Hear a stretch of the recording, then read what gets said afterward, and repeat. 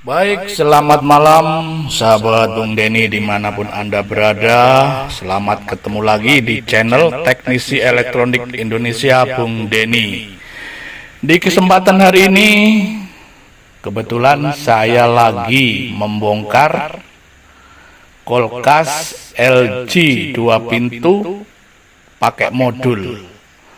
Yang mana kulkas ini keluhannya adalah ruang atas atau freezer dingin, sementara ruangan yang bawah tidak bisa dingin.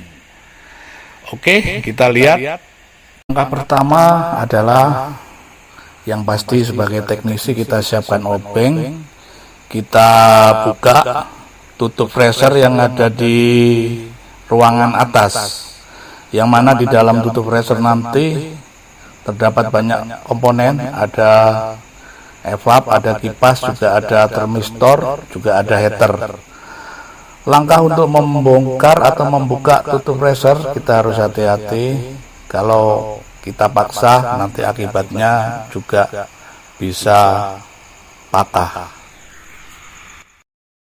Sekali lagi buat teman-teman, untuk membongkar tutup freezer harus sangat hati-hati. Seringkali plastik tutup freezer lengket dengan evap karena ada gumpalan bunga es. Di sini kita sebagai teknisi harus sangat hati-hati supaya tidak terjadi patah.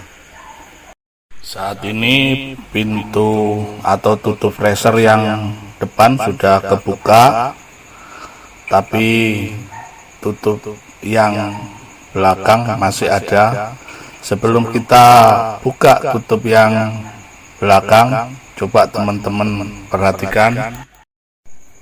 Coba perhatikan inset foto. Di situ jelas sekali terjadi penyumbatan gumpalan es yang menuju ke ruang bawah, saluran udara ruang bawah.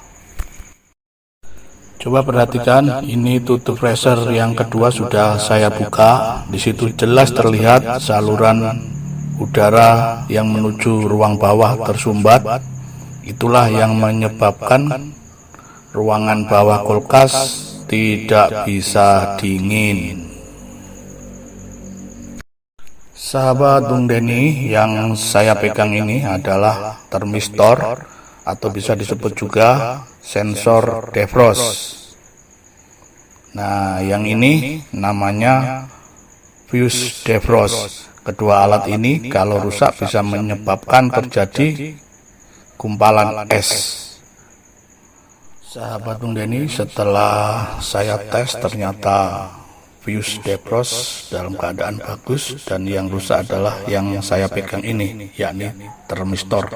Nilai resistensinya sudah berubah, jadi saya harus ke bengkel dulu mengambil alat.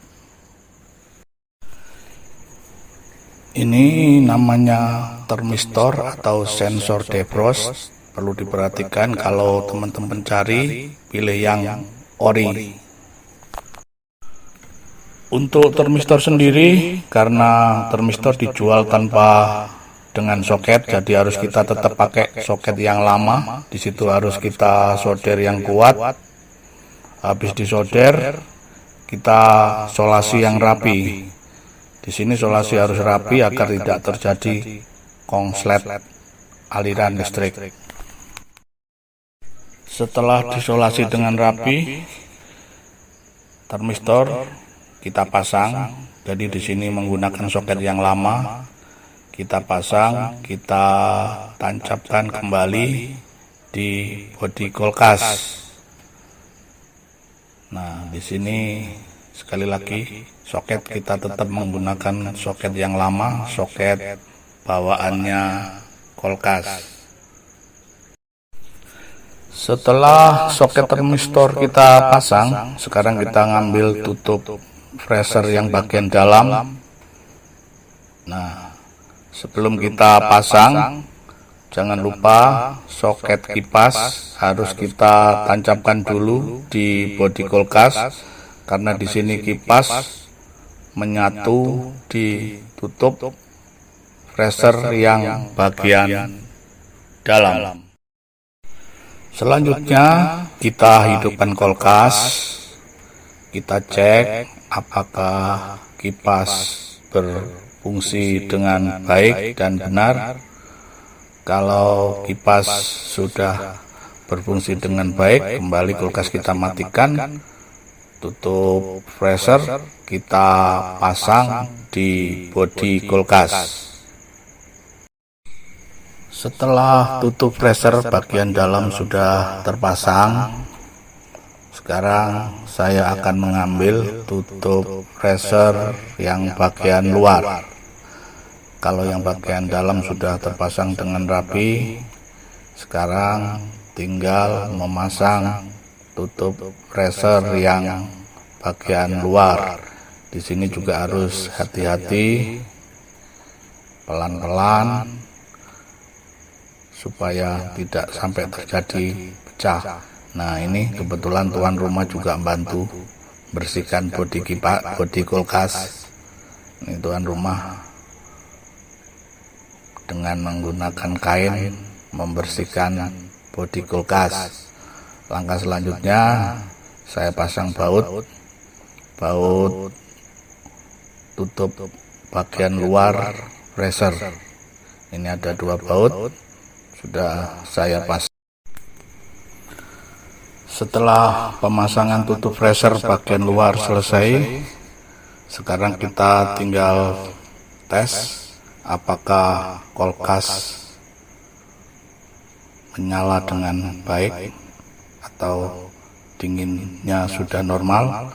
Ini saya lagi cek suhu yang ada di ruangan bawah, yang ada di ruang bawah kulkas. Di situ saya pastikan bahwa sirkulasi udara berjalan dengan baik. Nah, ini ada kaca mika, boleh dibilang sebagai aksesoris atau pemanis kulkas. Ini terakhir kita pasang. Ini juga harus hati-hati kita pasangnya karena juga mudah pecah.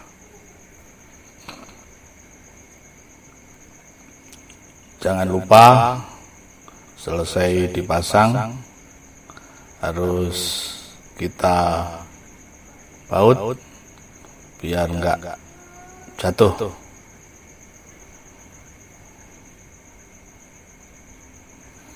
Perlu teman-teman ketahui bahwasannya kulkas LG 2 pintu dengan kerusakan ruang atas atau freezer dingin, sementara ruang bawah tidak dingin. Setelah tadi dibongkar dan diperiksa, ternyata yang menjadi biang keroknya adalah termistor atau sensor defrost. Coba kita lihat di insert gambar. Inilah yang namanya termistor. Oke, akhir kata dari saya. Wassalamualaikum warahmatullahi wabarakatuh. Jangan lupa dukung terus channel Teknisi Elektronik Indonesia Bung Denny.